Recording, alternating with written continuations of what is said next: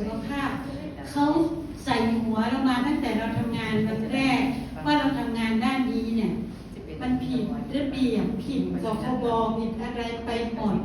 เราก็เลยเขาโดนที่อยู่ในหัวไปแล้ว เราก็เลยคิดตามตอนนั้นนะคะอันนี้บอกจริงๆแต่พ่อเบี้ย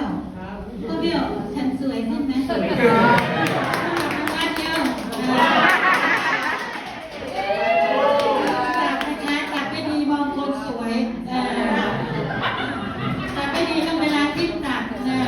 ต้องมองแม่ต้อยสวยเท่านั้นอย่ามองคนอื่นก็อยากบอกอย่างนี้นะคะว่าเพื่อนไปให้ไปสมัครที่บุญบั้งไฟบ้านโพน